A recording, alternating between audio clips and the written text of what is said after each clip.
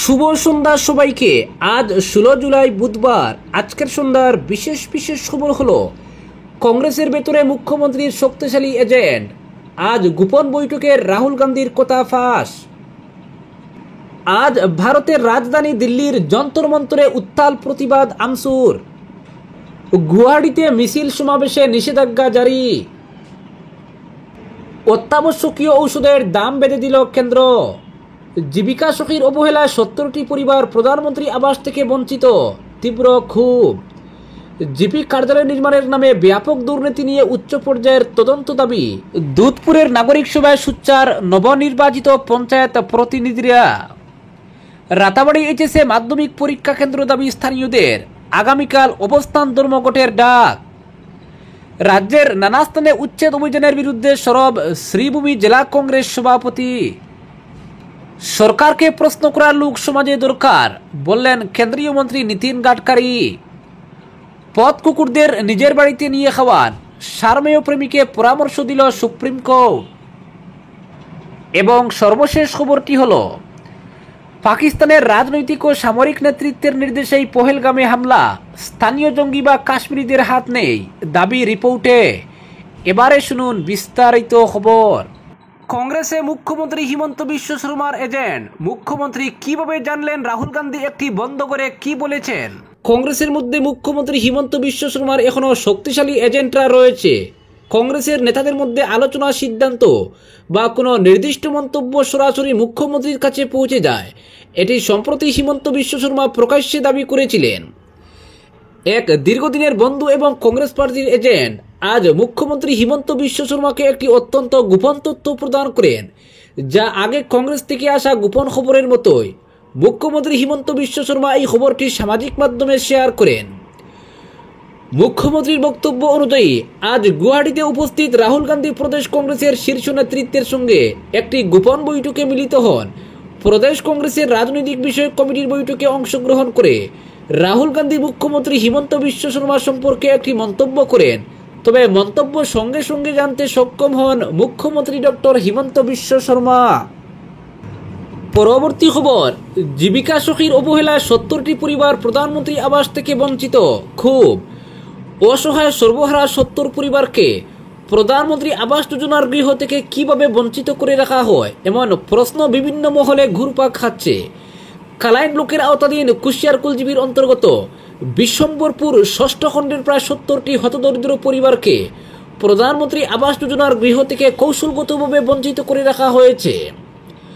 এলাকার সাধারণ মানুষের অভিযোগ, জীবিকা সখী নমিতা লুহারের চরম গাফিলতি, দায়িত্বহীনতার অভাবে 70টি পরিবারকে তাদের ন্যায্য পাওনা ও অধিকার থেকে বঞ্চিত করে রাখা হয়। সরকারি আবাস যোজনা গৃহ তাদের কপালে জুটেনি। গণ অভিযোগ মতে সরকারি গাইডলাইন মেনে নমিতা লুহার সঠিক পদ্ধতিতে জিও ট্যাগিং করেননি। অনেক পরিবার রয়েছে আবাস যোজনার তালিকায় তাদের নাম অন্তর্ভুক্ত করার উপযোগী। এই পরিবারগুলোর পক্ষ থেকে স্থানীয়রা বারবার অনুরোধ করা সত্ত্বেও গ্রামীণ জীবিকা সখী নিরাশ্রয়ীদের ঘরে ঘরে উপস্থিত হয়ে জিও ট্যাগিং করেননি। অথচ গাইডলাইনে উল্লেখ রয়েছে, ঘরে ঘরে গিয়ে সত্যতা যাচাই করে জিও ট্যাগিং করার নির্দেশকে অমান্য করার ফলে সম্প্রতি প্রকাশিত আবাস যোজনার তালিকায় ওই পরিবারগুলোর নাম অন্তর্ভুক্ত হয়নি বলে তীব্র অভিযোগ। পশ্চিম কাটিগুড়া ইন্দু বাংলা সীমান্তের বিশ্বম্বরপুর গ্রামের অধিকাংশ মানুষের নিত্যদিনের সঙ্গী হচ্ছে দিনমজুরি। আরও অভিযোগ, আগের তালিকায় যাদের নাম অন্তর্ভুক্ত ছিল তাদের নাম নতুন তালিকায় আবার অন্তর্ভুক্ত করা হয়েছে। এমনকি একাংশ পরিবারের একাধিক সদস্যের নামও সদ্য প্রকাশিত তালিকায় অন্তর্ভুক্ত রয়েছে বলে দেখতে পান তারা। নিয়ম ও গাইডলাইনের বিরুদ্ধাচরণ কেন হচ্ছে? এই পরিবেশ ও পরিস্থিতিতে ক্ষুব্ধ গ্রামবাসী কাছাড়ের জেলা কমিশনার ও মুখ্যমন্ত্রীর আশু হস্তক্ষেপ কামনা করেন। সরেজমিনে পরিদর্শন করে অভিযোগের সত্যতা প্রমাণ সহ প্রকৃত সুবিধা প্রাপকদের নাম প্রধানমন্ত্রী আবাস যোজনার তালিকায় অন্তর্ভুক্ত করা হোক, যাতে প্রকৃতরা বঞ্চিত না হন। এই আবেদন স্থানীয় জনগণ ও তালিকা থেকে বঞ্চিতদের। পরবর্তী খবর, অত্যাবশ্যকীয় ঔষধের দাম বেঁধে দিল কেন্দ্র। তালিকা রয়েছে ডায়াবেটিস, মেলাস্টেটিক স্তন ক্যান্সার এবং গ্যাস্ট্রিক ক্যান্সারের ঔষধ। এই দাম নির্ধারিত করেছে ন্যাশনাল ফার্মাসিউটিক্যাল প্রাইসিং অথরিটি অর্থাৎ এনপিপিও। কেন্দ্রীয় সরকার গেজেট বিজ্ঞপ্তি জারি করে এই সিদ্ধান্তের কথা জানিয়েছে। মেলাস্টিক স্তন ক্যান্সার এবং গ্যাস্ট্রিক ক্যান্সারের চিকিৎসায় ব্যবহার করা হয় ট্রাস্টুজুমার নামে ঔষধ। নতুন বিজ্ঞপ্তি অনুসারে খুচরো বাজারে এই ওষুধের দাম ধার্য করা হয়েছে বায়াল পিছু 11,966 টাকা। আবার পেপটিক আলসারের চিকিৎসা ব্যবহার করা হয় টরেন্ট ফার্মাসিউটিক্যালসের তৈরি একটি ওষুধ, যার প্রতিটি ট্যাবলেটের দাম ঠিক করা হয়েছে 162 টাকা 50 পয়সা। পাশাপাশি ডায়াবেটিস প্রতিরোধের 25টি ওষুধের দামও বেঁধে দেওয়া হয়েছে। উল্লেখ্য, ওষুধের দাম খুচরো বাজারে কত হবে তা নির্ধারণ করে কেন্দ্রীয় সংস্থা ন্যাশনাল ফার্মাসিউটিক্যাল প্রাইসিং অথরিটি। অতি প্রয়োজনীয় 748টি ওষুধের দাম বেড়েছিল চলতি বছর এপ্রিলে। সেই তালিকায় ছিল প্যারাসিটামল, কাশি, সুগার, বাত, কৃমি, প্রেসার, ঘুমের মতো একাধিক ঔষধ। এমনকি বৃদ্ধি পেয়েছিল ট্যাবলেট, ইনজেকশন এবং অ্যান্টিবায়োটিকের দামও। আবার গত বছর অক্টোবরে যখন বেশ কিছু জীবনদায়ী ওষুধের দাম বৃদ্ধিতে অনুমোদন দিয়েছিল কেন্দ্রীয় সংস্থা, তখন ফুঁসে উঠেছিলেন বিরোধী নেতারা। ওষুধের দাম কমানোর জন্য বাংলার মুখ্যমন্ত্রী মমতা ব্যানার্জি চিঠি দিয়েছিলেন প্রধানমন্ত্রী নরেন্দ্র মোদীকে, যদিও তাতে কোনো পদক্ষেপ করেনি কেন্দ্র।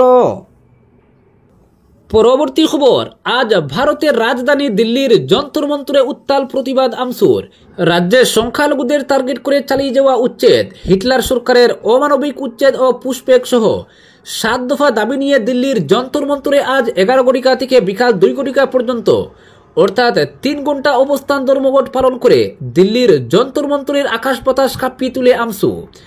ধর্নায় নেতৃত্ব দেন আমসুর কেন্দ্রীয় কমিটির সভাপতি রেজাউল করিম সরকার, কার্যকরী সভাপতি আইনজীবী ইমতিয়াজ হোসেন, সাধারণ সম্পাদক যথাক্রমে মিন্নাতুল ইসলাম ও কুদ্দুস আলী সরকার সহ বরাক উপত্যকা থেকে উপস্থিত হয়ে উক্ত ধর্না কার্যসূচিতে নেতৃত্ব দেন আমসুর কেন্দ্রীয় কমিটির সাংগঠনিক সম্পাদক কাজী সাদিক আক্তার। সকাল 11 ঘটিকা থেকে বিকাল 2 ঘটিকা পর্যন্ত অবস্থান ধর্মঘট পালন করা হয়। ধর্না কার্যসূচিতে হিমন্ত বিশ্ব শর্মা হিটলার, হিমন্ত বিশ্ব শর্মা মুর্দাবাদ, আসাম সরকার হায় হায়, আমসু জিন্দাবাদ, উচ্ছেদিত পরিবারদের সংস্থাপন দিতেই হবে, সংখ্যালঘুদের টার্গেট করে উচ্ছেদ বন্ধ করতে হবে, পুশব্যাক বন্ধ করতে হবে, অন্যথায় আমসুর আন্দোলন চলবে স্লোগান দিয়ে দিল্লির আকাশ বাতাস কাঁপিয়ে তুলে। আমসুর ধর্না কার্যসূচিতে দিল্লি জমিয়ত উলামায়ে হিন্দ ও দিল্লির ধর্মনিরপেক্ষ বিশেষ ব্যক্তিবর্গ ধর্না কার্যসূচিতে উপস্থিত হয়ে সমর্থন জানিয়েছেন। হিমন্ত বিশ্ব শর্মার হিটলারি শাসনের উন্মোচন, দেশের রাজধানী যন্তর মন্তরে ধর্নায় বসে জাতীয় স্তরের মিডিয়ায় তুলে ধরলেন আমসুর কেন্দ্রীয় কমিটির সভাপতি রেজাউল করিম। শেষে রেজাউল করিম সরকার ও কেন্দ্রীয় কমিটির সাংগঠনিক সম্পাদক কাজী সাদিক আক্তার জানান, শীঘ্রই রাজ্যে হিটলারি শাসন, অমানবিক উচ্ছেদ অভিযান, ধর্মীয় সংখ্যালঘুদের টার্গেট করে হেনস্থা, বাংলাদেশি তকমা এইসব শীঘ্রই বন্ধ না করলে গণতান্ত্রিকভাবে হিটলার হিমন্ত বিশ্ব সরকারকে গদি থেকে ফেলতে আমসুর সময় লাগবে না বলে হুমকি দেন সভাপতি রেজাউল করিম সরকার। আজ 7 দফা দাবি নিয়ে অবস্থান ধর্মঘট শেষ করে শেষে দেশের প্রধানমন্ত্রীর উদ্দেশ্যে স্মারকপত্র প্রদান করে আমসু। একথা জানান দিল্লিতে অবস্থানরত আমসুর কেন্দ্রীয় কমিটির সাংগঠনিক সম্পাদক কাজী সাদিক আক্তার। পরবর্তী খবর, রাতাবাড়ী এইচএসএ মাধ্যমিক পরীক্ষা কেন্দ্র দাবি স্থানীয়দের। আগামীকাল অবস্থান ধর্মঘটের ডাক। রাতাবাড়ী এলাকায় সরকারি ও বেসরকারি শিক্ষা প্রতিষ্ঠান মিলিয়ে 60টিরও অধিক হাই স্কুল এবং হায়ার সেকেন্ডারি রয়েছে। এরপরও এখানে কোনো এইচএসএলসি পরীক্ষার কেন্দ্র দেওয়া হয়নি। রাতাবাড়িতে কোনো কেন্দ্র না থাকায় Betubari Nabodaya high school, Ratabari higher secondary, Kajirbazar high school, Eden senior secondary, bluebird senior secondary school, Ratabari Adarsha Vidyaniketan এবং রাতাবাড়ি সিনিয়র সেকেন্ডারি স্কুল সহ মোট 60টির অধিক শিক্ষা প্রতিষ্ঠান থেকে পরীক্ষার্থীরা হয় বাজারঘাট চরগুলা পাবলিক এইচএস স্কুল অথবা আনিপুর নারায়ণনাথ এইচএস স্কুলে গিয়ে পরীক্ষায় বসতে হয়। স্থানীয় তরুণ সমাজসেবী মুক্তার আহমেদ বলেন, যে এলাকায় 4টি হাই স্কুল থাকে সেখানে একটি মাধ্যমিক পরীক্ষা কেন্দ্র প্রদানের কথা। সেই হিসেবে এই এলাকার অন্যতম শিক্ষা প্রতিষ্ঠান রাতাবাড়ি হায়ার সেকেন্ডারি স্কুলে মাধ্যমিক পরীক্ষা কেন্দ্র প্রদানের দাবি জানিয়ে আসছেন স্থানীয় যুব সমাজ, ছাত্রছাত্রী এবং অভিভাবকরা। এখানে পরীক্ষা কেন্দ্র প্রদান এলাকার দীর্ঘদিনের একটি গণদাবি, কিন্তু রহস্যজনকভাবে এখনও কোনো কেন্দ্র প্রদানের অনুমতি দেওয়া হয়নি। তিনি অভিযোগ করে বলেন, প্রতিষ্ঠানটি পরীক্ষা কেন্দ্র প্রদানের উপযোগী কিনা তা খতিয়ে দেখার উদ্দেশ্যে সেবা থেকে প্রতিনিধিরা আসেন, কিন্তু রাতাবাড়ি হায়ার সেকেন্ডারি স্কুলের পক্ষ থেকে কোনো ধরনের সহযোগিতা করা হয়নি। ফলে পরীক্ষার্থীদের হতাশ করে ফিরে চলে যান সেবার প্রতিনিধিরা। রাতাবাড়ি উচ্চ মাধ্যমিক বিদ্যালয়ে মাধ্যমিক পরীক্ষা কেন্দ্র প্রদান করা না হলে এবার আন্দোলনে নামতে বাধ্য হবে রাতাবাড়ির যুব সমাজ। এদিকে রাতাবাড়ি হায়ার সেকেন্ডারি স্কুলে মাধ্যমিক পরীক্ষা কেন্দ্র প্রদানের দাবিতে আন্দোলনের জোরদার প্রস্তুতি নিচ্ছে সারা রাতাবাড়ি ছাত্র পরিষদ নামের সংগঠন। আগামীকাল 17 জুলাই সকাল 11টায় রাতাবাড়ি উচ্চ মাধ্যমিক বিদ্যালয়ের সামনে সংগঠনের পক্ষ থেকে অবস্থান ধর্মঘটের ডাক দেওয়া হয়েছে। পরবর্তী খবর, সরকারকে প্রশ্ন করার লোক সমাজে দরকার, বললেন নীতিন গাডকারি। কোনো সমালোচনা নয়, সরকারি সিদ্ধান্তকে নিঃশর্তভাবে সমর্থন করতে হবে, আর তা না করলে কপালে জুটবে হেনস্থা। মোদী সরকারের আমলে এটাই নিয়ম হয়ে দাঁড়িয়েছে, কিন্তু সে কথা মানেন না খুদ মোদী মন্ত্রিসভার গুরুত্বপূর্ণ সদস্য নীতিন গাডকারি। সরকারকে প্রশ্ন করার প্রয়োজন রয়েছে বলে মন্তব্য করে প্রধানমন্ত্রীকে কার্যত বার্তা দিলেন এই কেন্দ্রীয় মন্ত্রী। তিনি অবশ্য কারো নাম করেননি, তবে তার নিশানা বুঝে নিতে অসুবিধা হয়নি কারো। গাডকারির সাফ কথা, প্রশাসনে শৃঙ্খলা আনতে সমালোচকদের প্রয়োজন রয়েছে। নাগপুরে প্রকাশ দেশপান্ডে মেমোরিয়াল স্কিল অর্গানাইজেশনের একটি পুরস্কার বিতরণী অনুষ্ঠানে হাজির ছিলেন কেন্দ্রীয় সড়ক যোগাযোগ মন্ত্রী। কেন্দ্রীয় মন্ত্রী নীতিন গাডকারি আরও বলেন, সরকারের বিরুদ্ধে মামলা করতে পারেন এমন মানুষের প্রয়োজন রয়েছে। পরে এই মন্তব্যের ব্যাখ্যাও দিয়েছেন তিনি। বলেছেন, প্রশাসনের নিয়মানুবর্তিতা আনতে সরকারের বিরুদ্ধে আদালতের নির্দেশ প্রয়োজন। কখনো কখনো আদালত এমন সিদ্ধান্ত নেয় যা সরকার নিতে পারে না। জনমোহিনী নীতি নিয়ে সরকারে টিকে থাকাই এখন মোদী জমানার দস্তুর। যে প্রধানমন্ত্রী জনগণের হাতে নগদ অর্থ দেওয়ার জন্য রাজ্য সরকারগুলিকে রেউড়ি কটাক্ষ করেছিলেন, সেই নরেন্দ্র মোদী আবার মহারাষ্ট্রে নির্বাচনী প্রচারে গিয়ে নানাবিধ প্রতিশ্রুতি দিয়ে বসেন। এই নিয়ে নীতিন বলেন, জনসাধারণকে আকৃষ্ট করার রাজনীতি নেতা এবং মন্ত্রীদের কাজে বাধা সৃষ্টি করে এবং তারা জনস্বার্থে পদক্ষেপ নিতে ব্যর্থ হন। এই নিয়ে সরকারের বিরুদ্ধে সাম্প্রতিক সময়ে যারা মামলা করেছেন তাদের নাম উল্লেখ করেন গাডকারি। বলেন, প্রশাসনে শৃঙ্খলা আনতে এদের প্রয়োজন রয়েছে। পরবর্তী খবর, পথ কুকুরদের নিজের বাড়িতে নিয়ে খাওয়ান, সারমেয় প্রেমীকে পরামর্শ দিল সুপ্রিম কোর্ট। পথ কুকুরদের খাওয়ানো নিয়ে প্রায়শই গোলমালের খবর পাওয়া যায়। এমনই একটি মামলা এক সারমেয় প্রেমীকে তার বাড়িতেই পথ কুকুরদের খাওয়ানোর পরামর্শ দিল সুপ্রিম কোর্ট।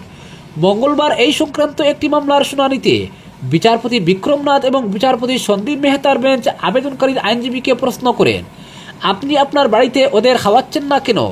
দুই বিচারপতি আরও বলেন, এরকম মহৎ হৃদয়ের মানুষদের জন্য আমরা গলি থেকে শুরু করে প্রতিটি রাস্তা খালি করে দেব।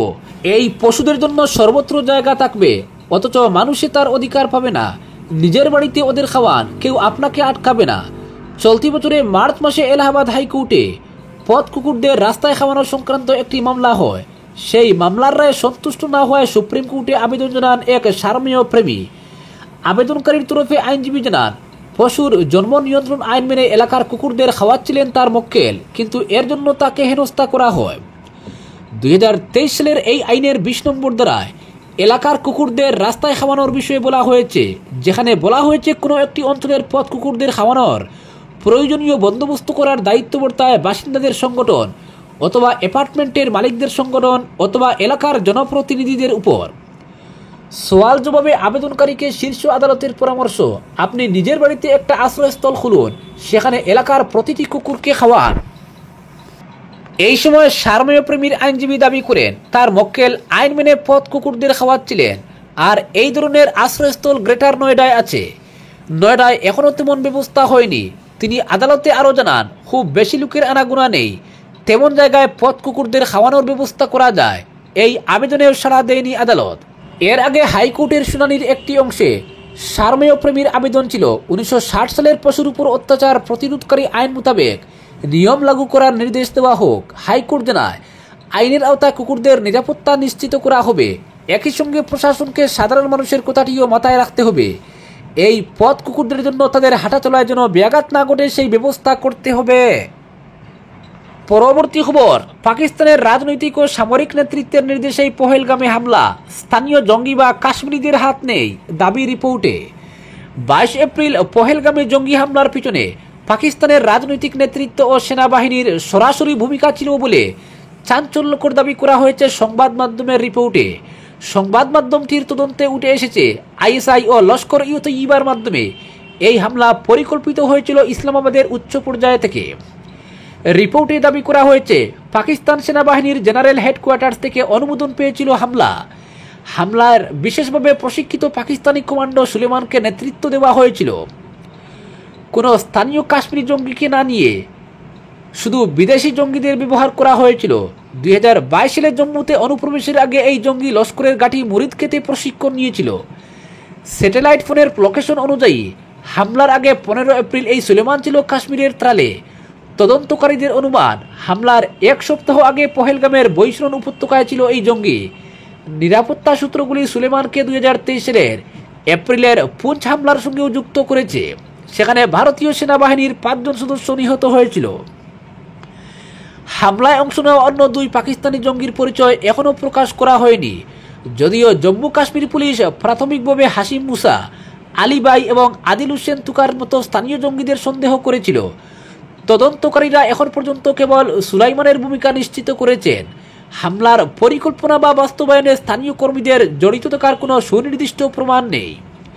উল্লেখ্য, পহেলগামী হামলায় 26 নিরস্ত্র নাগরিক নিহত হয়েছিলেন। ভারত এর জবাবে 7 মে সীমান্তে 9টি জঙ্গি ঘাঁটি ধ্বংস করেছে। এদিকে সংবাদ মাধ্যমের রিপোর্ট নিয়ে সরকার আনুষ্ঠানিকভাবে কোনো মন্তব্য করেনি, তবে সূত্রে জানা গেছে গোয়েন্দা রিপোর্টে এই তথ্য নিশ্চিত হয়েছে। বিদেশ মন্ত্রক কূটনৈতিক চ্যানেলে বিষয়টি রাষ্ট্রপুঞ্জে তোলার পরিকল্পনা করছে। আজকের বিশেষ সংবাদ এখানেই সমাপ্ত।